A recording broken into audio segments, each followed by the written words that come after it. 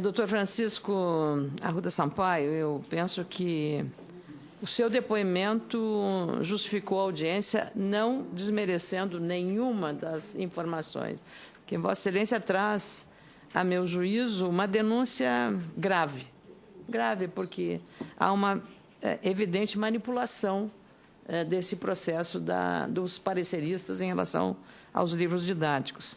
E talvez, não sei se avanço demais, imaginar que tenha sido a sua contundência e a boa advocacia da causa que tenha levado à ausência de representação do MEC aqui. É apenas uma suspeição que não gostaria de cometer a irresponsabilidade, mas o que Vossa Excelência traz é realmente muito sério, o que evidencia a relevância da audiência pública proposta pela senadora Cátia Abreu, a quem eu passo a palavra imediatamente como autora do requerimento para as perguntas aos expositores.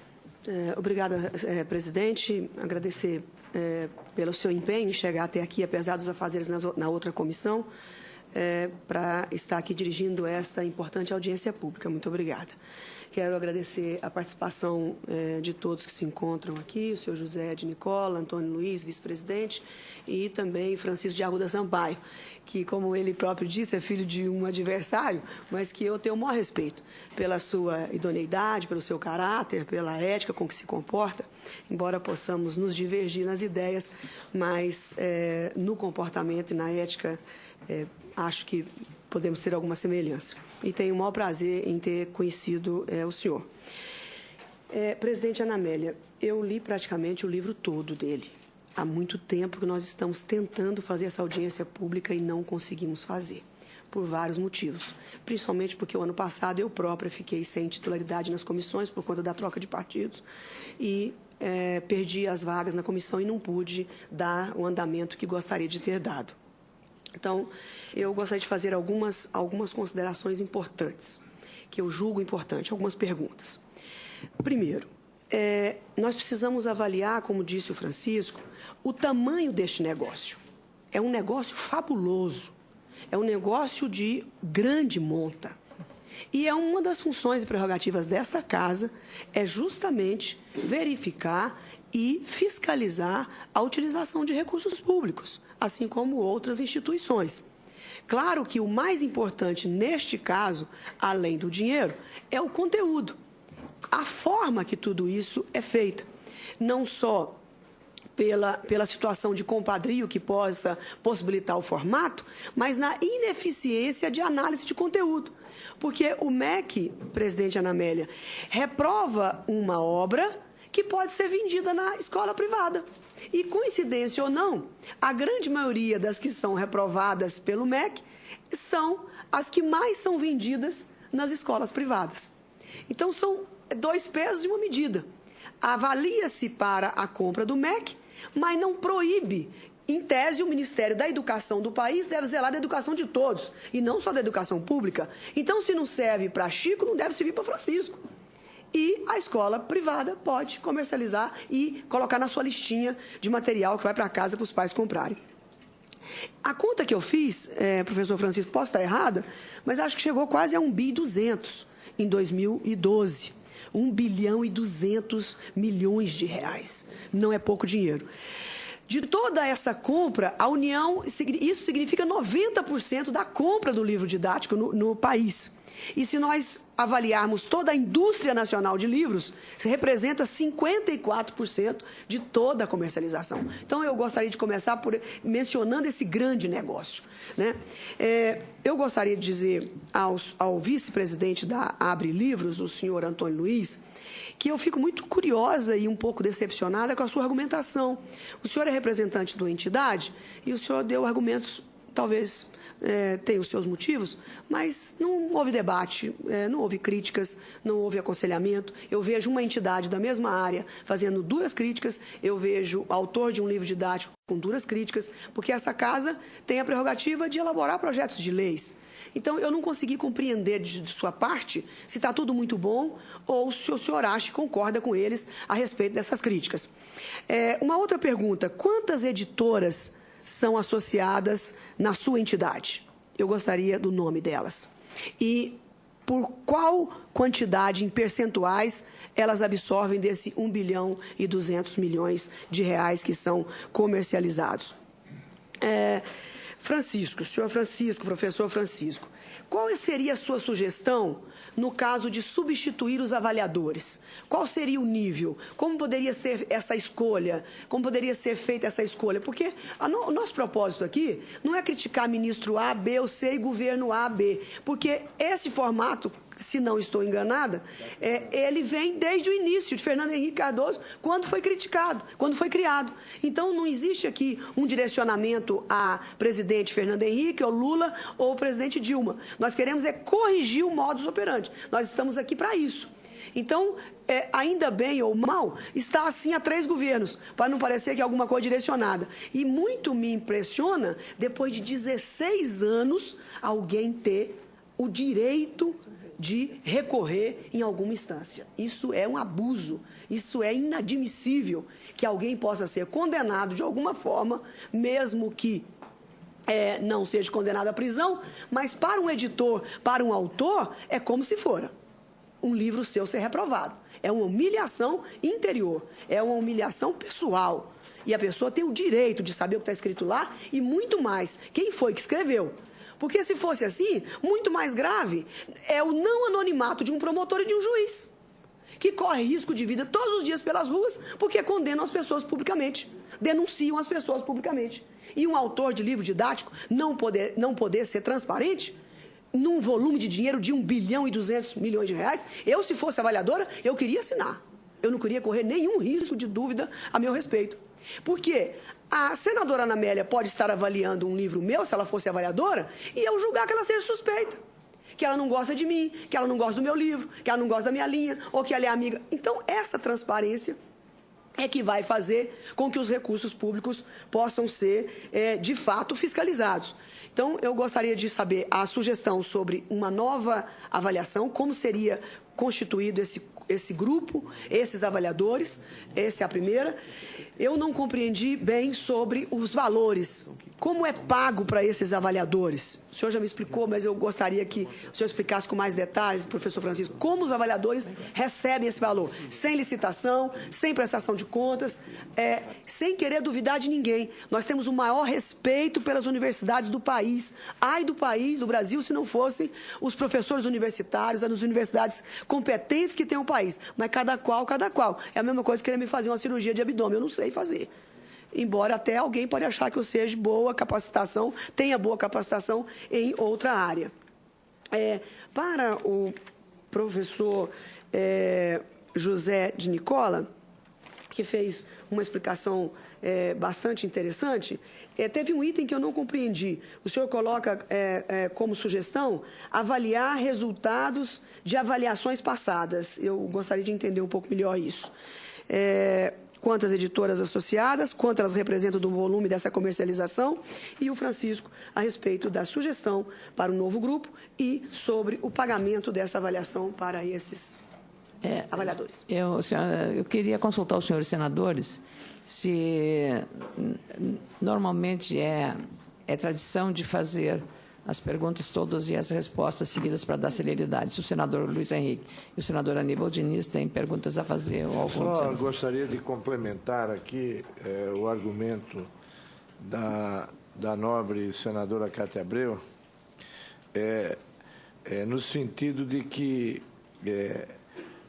pelo que eu percebo, há necessidade de um regramento para todo esse processo, de um marco legal para todo esse processo.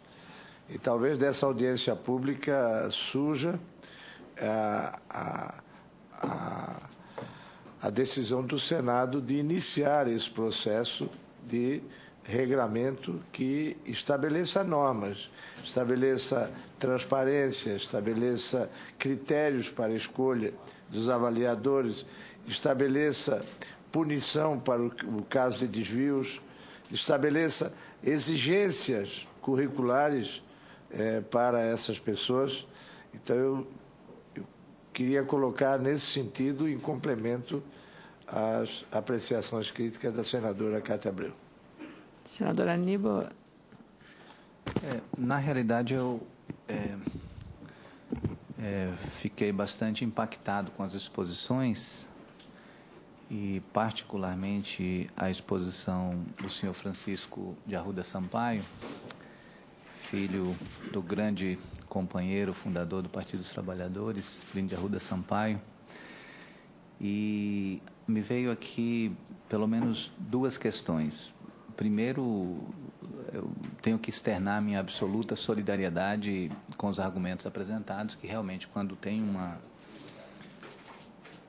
uma gama de critérios não defensáveis, fica muito difícil. Então, acho que ao Ministério da Educação, à Secretaria de Educação Básica, certamente tem que ter um esclarecimento a esse respeito, né? E se tem algo que possa ser feito. Acho que o senador Luiz Henrique, de maneira muito objetiva, foi ao X da questão, né? Se é possível a gente contribuir em termos de instituição de um marco legal para estabelecer critérios de Estado. Critérios de Estado, para dizer, daqui para frente nós temos esse critério que norteia a definição de livros didáticos, né? Porque há conhecimentos consolidados na história da humanidade que não muda de ano a ano. Né? E aí não é só nas ciências exatas. Em todas as áreas de conhecimento, a gente se depara com conhecimentos chamados conhecimentos universais que não são mutáveis ano a ano. Então, a pergunta que eu faria primeira nós tivemos mudança recente no Ministério da Educação. Estamos lá com o ministro Mercadante, o secretário de Educação Básica, o César Calegari, e eu perguntaria se já foi feita alguma conversa no nível do que foi feita aqui a respeito da exposição desse problema que está havendo, né?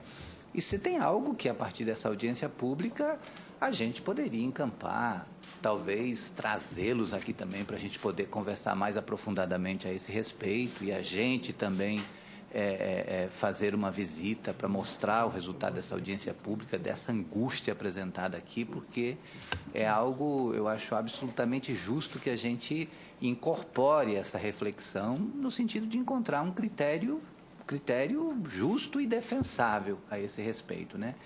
E no mais, externar mesmo a absoluta solidariedade, né?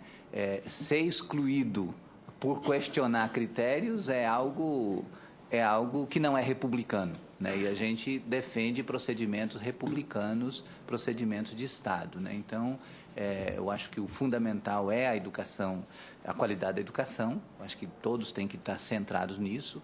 Existe um mercado pelo meio que certamente tem editoras que de alguma maneira tiram algum proveito, não sei como, mas eu acho que o que tem que estar no centro não é o lucro da editora ou do conjunto das editoras, mas sim qual o conteúdo pedagógico, didático que mais contribui para elevar o nível da qualidade da educação básica no Brasil, né? Até porque a preocupação apresentada pela presidenta Dilma na segunda-feira no programa Brasil Carinhoso colocava no centro essa preocupação com a primeira infância. O que a gente pode fazer para fazer com que as crianças tenham um início de vida escolar bem-sucedido para poder produzir os resultados de sucesso no futuro, né? Eu acho que essa que tem que estar no centro da questão. E cumprimento a senadora Cátia Abreu pela proposição da audiência pública e vejo assim como algo de imensa importância e acredito que nós aqui no Senado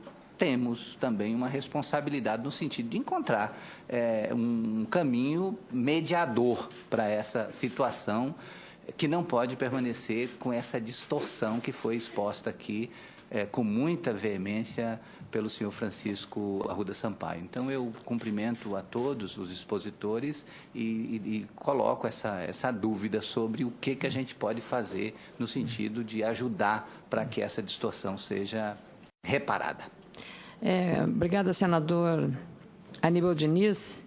Eu, como Vossa Excelência, assino embaixo essas colocações, lembrando também, dada a relevância do tema,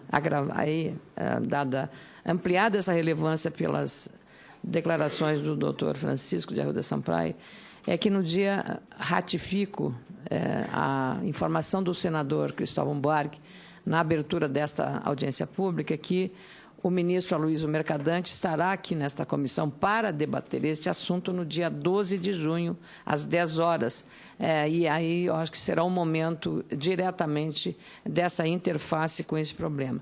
Eu gostaria de aproveitar também de fazer apenas duas questões para o doutor Francisco de Arruda Sampaio. Quando Vossa Excelência falou do caso da avaliação de uma obra sua da órbita da Terra, que um parecerista pediu para o aluno fazer a medição, e o senhor usou a expressão, foi um erro criminoso a forma dessa avaliação. Então, eu lhe pergunto, houve má-fé do avaliador? E essa má-fé, ela teve, por princípio, um interesse ideológico, um interesse mercadológico, econômico, comercial? Qual é a razão que leva, ou a ignorância científica, né, que seria também para avaliar isto? No caso, houve uma clara, digamos, inversão dos conceitos, quando o senhor falou sobre o índio, que considerou uma coisa, né, um ser exótico, não, pelo contrário, estamos na inclusão dos direitos todos dos indígenas, de uma avaliação. Então, por que um avaliador chega a uma inversão de valores do que o senhor estava, como autor, preconizando ali? É preservar exatamente, antropologicamente, os direitos e o orgulho da causa indígena. Portanto, não há controle dos critérios de avaliação e nós, aqui, como disse o senador Aníbal e o senador Luiz Henrique, e também a senadora Cátia Abreu, temos que trabalhar em cima disso. E as últimas duas perguntas, que servem para os dois, doutor Antônio Luiz e doutor Zé de Nicola Neto, é o seguinte: os livros didáticos são produzidos não somente por editoras, como por autores que estão concentrados no chamado Triângulo, Rio, São Paulo e Minas. Então, é uma concentração. Não estaria havendo prejuízo para a formação da cidadania, até dos estudantes de outros estados da federação, que não veriam identidade entre o conteúdo que é desenvolvido nesses livros de história e geografia, principalmente a sua própria realidade, para uma abordagem com um olhar mais local. Isto sem falar na questão do interesse econômico, porque aí também tem a ver com essas questões nesse aspecto. Aí eu também pergunto aí ao doutor Antônio Luiz Rios da Silva e também para o professor Arruda Sampaio, os livros didáticos, principalmente os de matemática e de ciências, contêm reconhecidamente a exposição dos conteúdos apropriados aos estudantes do ensino fundamental e médio. Mas existem muitos testemunhos de alunos que, nos seus depoimentos, declaram que os professores não dão conta de explicar toda a matéria contida nesses livros. Seria por falta de despreparo dos professores, falta de tempo suficiente para explicar? Quais as outras razões